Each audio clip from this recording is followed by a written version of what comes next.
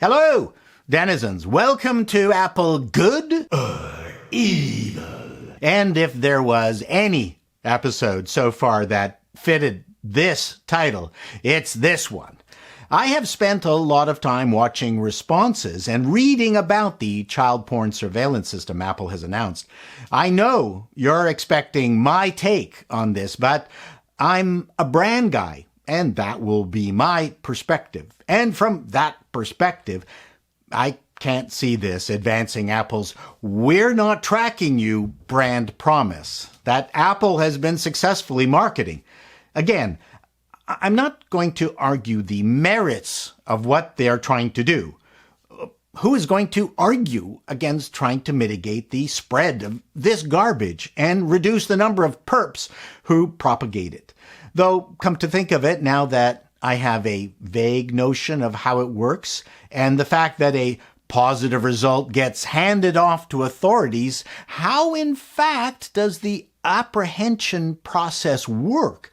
No one has talked about that.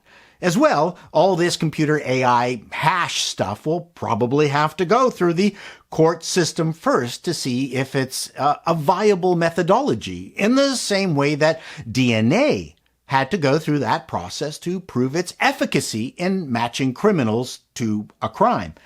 I guess my point is that not only is Apple at a nascent stage in this process, it could be completely undone by a court ruling.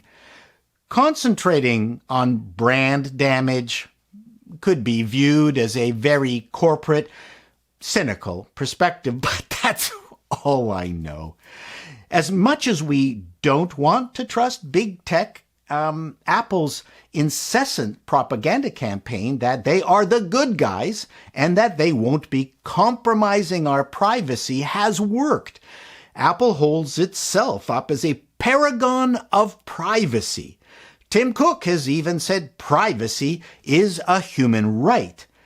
It's a clear brand differentiator Apple has painstakingly built, but no matter how much Apple wants to point to the horrendous nature of the crime it is planning on monitoring, it still ultimately hurts Apple's privacy claims. But as I was writing this video, the Wall Street Journal published an interview with Craig Federighi, Apple's Senior VP of Software Engineering. He was interviewed by WSJ's personal tech columnist, Joanna Stern. It was clear Craig was in damage control mode. We wish that this had come out a little more clearly for everyone, because we feel very positive and strongly about what we're doing, and we can see that it's been widely misunderstood. And as affable as Craig was, his charm offensive came off badly here. I actually think Apple made things worse, or at the very least, more confused. Craig's folksy, friendly approach, I think, was the absolute wrong way to deal with this. And when he just nervously laughed off a few points, right, that really rubbed me the wrong way. Right off the bat, I was confused about his framing about this controversy, that it was about Apple releasing information about two services at once. One, child porn tracking, and the other, a messages feature designed to stop people from sending unwanted pictures to your children, whose access to Apple services can be managed under parental controls. No, I absolutely disagree with his framing. People were confused by just the one thing, CSAM detection and its implications. Early in the interview, Craig implied, well, everyone else is doing it, as in Microsoft and Google, so we have to do it also. It would have been nice to find out just what everyone else was already doing. I got it that Apple was trying to come up with a better solution that used machine learning to match images to a known encrypted database. But the stumbling explanation did not help. A multi-part algorithm. So, is that clearer for everyone? Craig claimed it was not a backdoor, but the Electronic Freedom Foundation says it is. Tim Cook said earlier this year, we've spoken out time and again for strong encryption without backdoors, recognizing that security is the foundation of privacy. But isn't this, in a way, a backdoor? I think in no way is this a backdoor. I don't understand.